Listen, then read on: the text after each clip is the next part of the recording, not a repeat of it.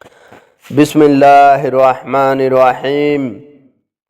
السلام علیکم ورحمۃ اللہ وبرکاتہ۔ دوستو، آج کی ویڈیو میں بیان کروں گا کہ حضرت داؤد علیہ السلام کے ہاتھوں بیت المقدس کی تعمیر۔ سامعین، اللہ تعالیٰ نے حضرت داؤد علیہ السلام سے فرمایا کہ میرے لیے زمین میں ایک گھر بناؤ۔ حضرت داؤد علیہ السلام نے بیت المقدس کی تعمیر سے قبل، جس کا ان کو حکم ہوا تھا، اپنے لیے مکان بنایا۔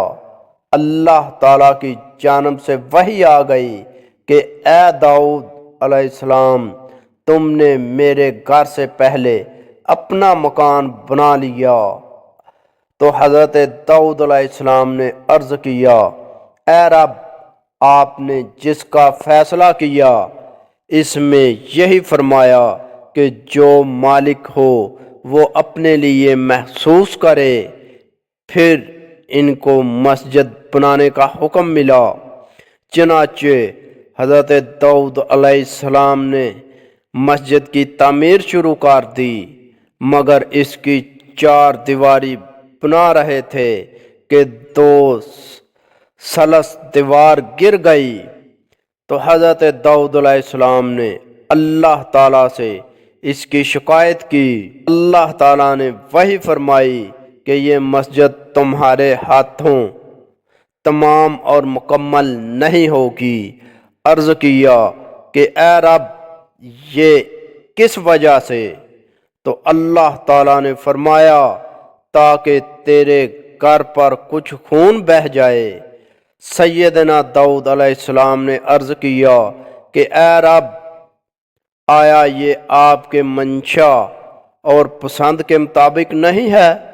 تو اللہ تعالیٰ نے فرمایا کہ بے شک ہے، لیکن کچھ میرے بندے ہیں، میں ان پر رحم کروں گا۔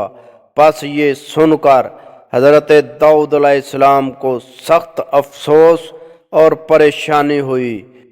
تو اللہ تعالیٰ نے فرمایا کہ تم غم نہ کرو، یہ مسجد تمہارے لڑکے سلیمان علیہ السلام کے ہاتھوں پوری کروں گا۔ پس جب داؤد علیہ السلام رحلت فرما گئے تو حضرت سلیمان علیہ السلام نے اس کی تعمیر شروع کر دی۔ مسجد کی تعمیر ختم ہونے کے قریب تھی کہ حضرت سلیمان علیہ السلام نے مقرر بین کو قریب لایا اور بنی اسرائیل کو جمع کیا اور بہت سے جانور ذبح کیے۔